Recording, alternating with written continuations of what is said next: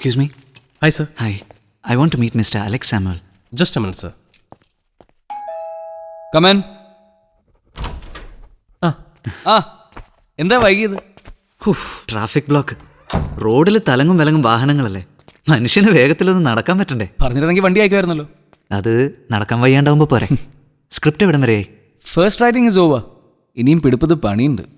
പച്ചാളൻ sir പുറകിൽ പാറ പോലെ ഉറച്ചു നിൽക്കുന്നതുകൊണ്ട് നല്ല എനർജി തോന്നുന്നു. ഇരിക്കെ. ഇനി എന്നെ വിളിച്ചത് എന്തിനാന്ന് പറ. ഞാൻ എന്തെങ്കിലും ചെയ്യേണ്ടതുണ്ടോ? നീ പലതും ചെയ്യേണ്ടതുണ്ട്. പ്രധാനമായി ഈ സിനിമയിലെ പ്രധാന വേഷം. ഓ പിന്നെ ശ്യാം, ഞാൻ കാര്യമായിട്ട് പറഞ്ഞതാണ്. ശ്യാം നായകനാണെന്ന് പ്രൊഡ്യൂസർക്കും സമ്മതമാണ്. സത്യം? ശ്യാമിന് പറ്റിയൊരു ക്യാരക്ടറാണ്. പക്ഷേ എന്തു പക്ഷേ? അല്ല, അത് വേണ്ട അലക്സ്. അലക്സിൻ്റെ ആദ്യ സിനിമ നല്ലൊരു വിജയമായിരുന്നു. അതുകൊണ്ട് തന്നെ അടുത്ത സിനിമയിൽ ആളുകൾ കൂടുതൽ പ്രതീക്ഷിക്കും. അത് നല്ലതല്ലേ? അത്രയും വലിയൊരു ഭാരം എൻ്റെ തലയിലെടുത്ത് വെക്കേണ്ട അലക്സ്. അറിയപ്പെടാത്ത എന്നെ ആളുകൾ സ്വീകരിച്ചില്ലെങ്കിൽ എസ്റ്റാബ്ലിഷ്ഡ് ആർട്ടിസ്റ്റ് അല്ലേ സേഫ്. എനിക്ക് ചെറിയ എന്തെങ്കിലും മതി. പതുക്കെ പതുക്കെ ആളുകൾക്ക് എന്നെ പരിചയമാവട്ടെ. എസ്റ്റാബ്ലിഷ് ചെയ്ത നടന്മാരുടെ എല്ലാ സിനിമകളും വിജയിക്കാറുണ്ടോ? ഈ ക്യാരക്ടർ ഞാൻ ബോധപൂർവം ശ്യാമിന് വേണ്ടി ഉണ്ടാക്കിയതല്ല. എഴുതി വന്നപ്പോൾ തെളിഞ്ഞെളിഞ്ഞ് വന്ന ശ്യാമിൻ്റെ മുഖമാണ്. അതിനി മനസ്സിന്ന് മാറ്റാൻ കഴിയില്ല. ശ്യാമിനത് ഭംഗിയായി ചെയ്യാൻ പറ്റുമെന്ന് എനിക്ക് വിശ്വാസമുണ്ട്. അങ്ങനെ പെട്ടെന്നൊരു തീരുമാനം എടുക്കേണ്ട അലക്സ്. നമുക്കൊന്നുകൂടെ ആലോചിച്ച്. ആര് പറഞ്ഞത് പെട്ടെന്നെടുത്ത തീരുമാനമാണെന്ന്? എനിക്ക് ധൈര്യമുണ്ടടാ. മുതിർന്നവർ പ്രിയപ്പെട്ട മകനെ പോലെ, ചെറുപ്പക്കാർ നല്ലൊരു സുഹൃത്തായി, കുട്ടികൾ സ്നേഹമുള്ള ചേട്ടനായി നിന്നെ സ്വീകരിക്കുമെന്ന് എനിക്ക് ഉറപ്പുണ്ടടാ. അലക്സ്, ഇപ്പം എനിക്ക് തോന്നുന്നു ഒരു വേഷമല്ല, ഒരു ജീവിതമാണ് നീ എനിക്ക് തരുന്നത്. എനിക്കിടയ്ക്കൊക്കെ കാശ് തന്ന് സഹായിക്കുന്നുണ്ടാ ഇപ്പൊ ഈ ഫിലിമിൽ ലീഡ് റോള് കിട്ടിയത്. അലക്സിന് എന്നിലുള്ള വിശ്വാസം കൊണ്ടല്ല. പിന്നെ ഓരോ തവണ കാശ് തരുമ്പോഴും അറിയാതെ എന്റെ ഉള്ളിൽ ഒരു പ്രാർത്ഥന ഉണ്ടാവല്ലോ. അങ്ങനെ ദൈവം അലക്സിന്റെ രൂപത്തിൽ പ്രത്യക്ഷപ്പെട്ടു. അതൊക്കെ പോട്ടെ, ട്രീറ്റ് തരുന്ന എപ്പോഴാ? എന്റെ എത്ര ഫ്രണ്ട്സിനെ വിളിക്കണം? 14 രാവിലെയാണ് ഫിലിമിന്റെ പൂജ. വരണമെന്നില്ല, പറഞ്ഞു എന്ന് മാത്രം. ഞാൻ വരും. കുറച്ച് ഫ്രണ്ട്സിനും കൂടെ വിളിക്കും. ചുമ്മാ ഒരു ഗമയല്ലേ. അല്ല, അഡ്വാൻസ് കിട്ടിയോ? അഡ്വാൻസ്? ഈ റോള് കിട്ടിയത് തന്നെ ഭാഗ്യം. എനിക്ക് കാശ് വേണ്ടിട്ടല്ല, പണയം വെച്ച റിങ് തിരിച്ചെടുക്കണ്ടേ. പണയം വെച്ചറിങ്ങോ? അന്ന് കാലത്ത് വരുമ്പോ ആ വിരലൊരു റിങ് ഉണ്ടായിരുന്നില്ലേ? അത് മിസ്സായത് തിരിച്ചു വന്നപ്പോ ഞാൻ ശ്രദ്ധിച്ചില്ലെന്ന് വിചാരിച്ചോ? See you, പൂജയെന്ന് കാണാം.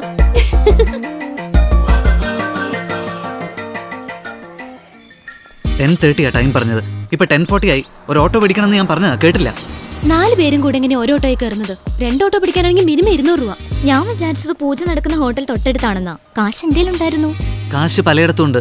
റിസർവ് ബാങ്കിലുണ്ട്, അംബാനിയുടെയിലുണ്ട്. അതൊക്കെ നമ്മളെങ്ങനെ എടുത്ത് ചെലവാക്കും? ലേഖയുടെ നടപ്പിന്റെ ഭംഗി കാണാൻ ഇവിടെ ആരുമില്ല. ഓട് ഓട്. ഓ ഭാഗ്യം, ഫംഗ്ഷൻ തുടങ്ങിയിട്ടില്ല. 4-5 പേരെയല്ലേ കാണുന്നുള്ളൂ. 10:30 ആണല്ലോ പറഞ്ഞത്. എനിക്ക് തെറ്റിയോ? ഞങ്ങൾ ശ്യാമിനെ വെയിറ്റ് ചെയ്യായിരുന്നു. പൂജ വേണ്ടെന്ന് വെച്ചു. കേരളത്തിലുള്ള യൂണിയന്റെ ആളുകൾ നമ്മുടെ പടം ബാൻ ചെയ്തു.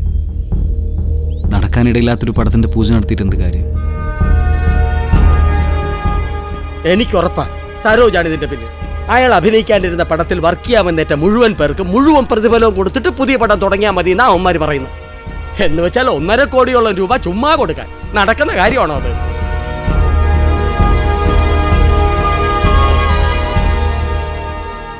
എന്തൊക്കെയോ പ്രോബ്ലം ഉണ്ട്. ശ്യാം അപ്സെറ്റ് ആണ്. ഒരു കാര്യം ചെയ്യേ, നിങ്ങൾ കോളേജിലേക്ക് പോയിക്കോ. ഈ അവസ്ഥയില് ഞാൻ ശ്യാമിനെ തനിച്ചാക്കിയിട്ട്. ഓക്കെ. യൂണിയൻ കേരളത്തിലേക്ക് വിളിച്ചിട്ടുണ്ട് ചർച്ച എന്ന പ്രഹസനത്തിന്. Let's hope for the best. ആണോ?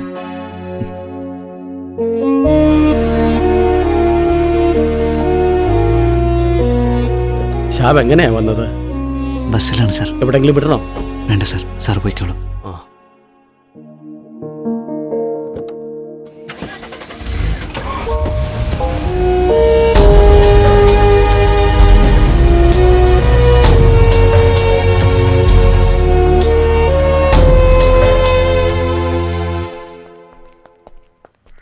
അലക്സും അല്ലാതെ അപ്സെറ്റാണ്. അതോർക്കുമ്പോഴാണ് വിഷമം. ശാപിക്കപ്പെട്ടവനെ കൂടെ കൂട്ടിയാന്ന് ആശയം ഉണ്ടാവും. അങ്ങനെയൊന്നും ചിന്തിക്കരുത് ശ്യാം. പിന്നെ എങ്ങനെ ചിന്തിക്കണം? കുറച്ച് കഴിയുമ്പോൾ അമ്മ വിളിക്കും, പൂജയൊക്കെ ഭംഗിയായി കഴിഞ്ഞോ എന്ന് ചോദിക്കാൻ. എല്ലാം മുടങ്ങിപ്പോയെന്നറിഞ്ഞാൽ കരയാൻ തുടങ്ങും. കുറച്ചു കാലമായി അമ്മയ്ക്ക് അതല്ലേ അറിയുള്ളൂ. ഒന്ന് സന്തോഷിച്ചോട്ടെ എന്ന് വെച്ചാൽ അമ്മയോട് ഇത് പറയാൻ പോയത്. വേണ്ടായിരുന്നു.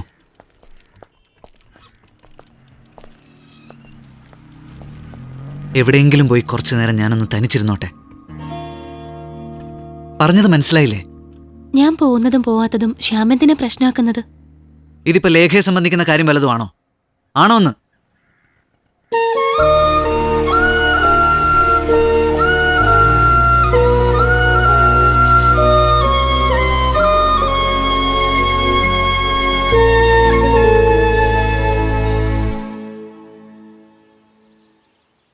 എട്ട് വർഷത്തോളമായി നമുക്ക് തമ്മിലറിയാം. യൂത്ത് ഫെസ്റ്റിവലിനൊക്കെ ഞാനും പങ്കെടുത്തിട്ടുണ്ടെങ്കിലും ശ്യാം പാടുന്നതും സമ്മാനങ്ങൾ വാങ്ങുന്നതും കാണാനായിരുന്നു എനിക്ക് കൂടുതൽ ഇഷ്ടം. അതെന്തുകൊണ്ടായിരുന്നു എന്ന് എനിക്കറിയില്ല. അന്നൊക്കെ വല്ലപ്പോഴും മാത്രമേ നമ്മൾ സംസാരിച്ചിട്ടുള്ളൂ. പക്ഷേ ശ്യാം ചെന്നൈയിൽ പഠിക്കാനെത്തിയതിനു ശേഷം മാസങ്ങളോളം തമ്മിൽ കാണാതിരുന്നപ്പോ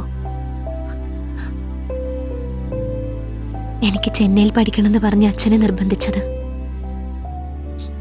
സത്യത്തിൽ ഒരു ഉദ്ദേശമേ ഉണ്ടായിരുന്നുള്ളൂ. വല്ലപ്പോഴും ശ്യാമിനെ ഒന്ന് കാണുക, അത് മാത്രം. ശ്യാമിന്റെ വിഷമം എന്റെ വിഷമമാണെന്ന് ഇപ്പൊ മനസ്സിലായോ?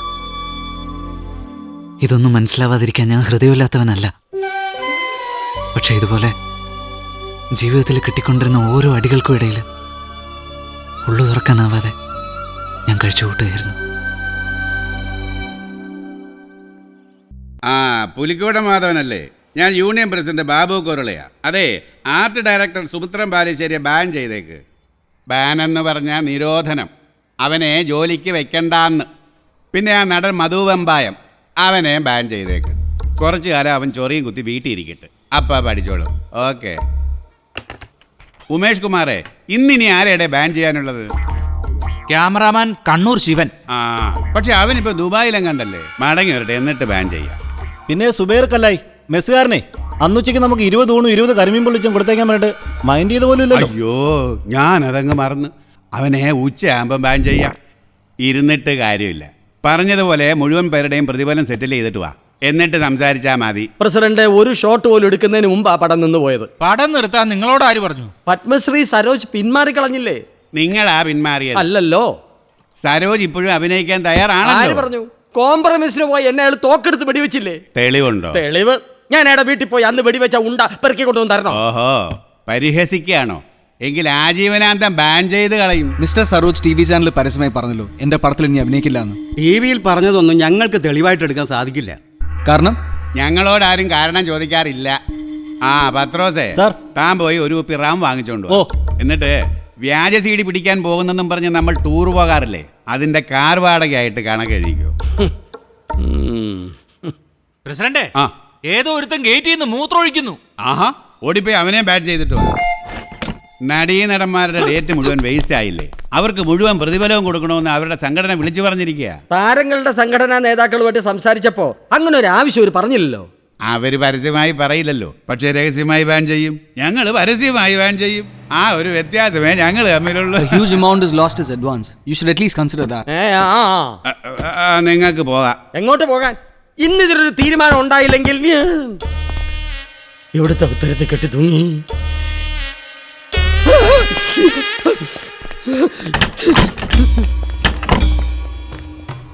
വരൂ മിസ്റ്റർ സരോജ്.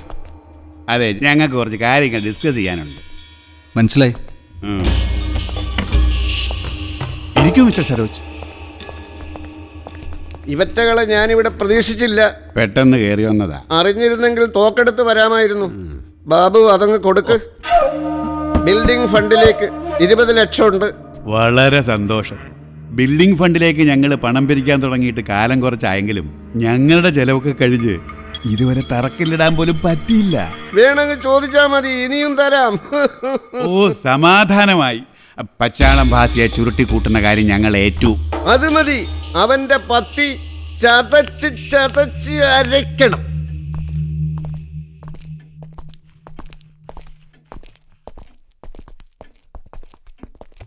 സാർ, സ്ക്രിപ്റ്റ് ഇതിലുണ്ട്.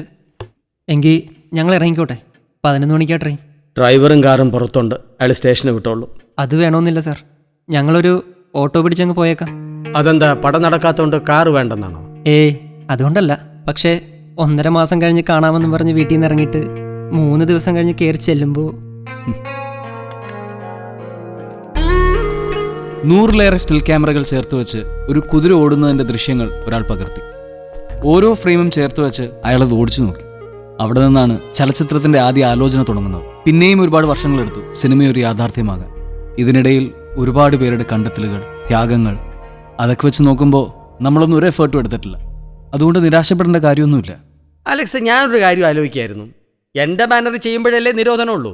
വേറൊരു പ്രൊഡ്യൂസർക്ക് വേണ്ടി ഈ പ്രോജക്റ്റ് അലക്സിന് ചെയ്യാമല്ലോ. അത് വേണ്ട സാർ. സാറ് എന്ന പ്രചോദനത്തിൽ നിന്നാണ് ഈ സ്ക്രിപ്റ്റ് ഉണ്ടായത്. അതങ്ങനെ നടന്നാലേ എനിക്ക് സന്തോഷം ഉണ്ടാവും.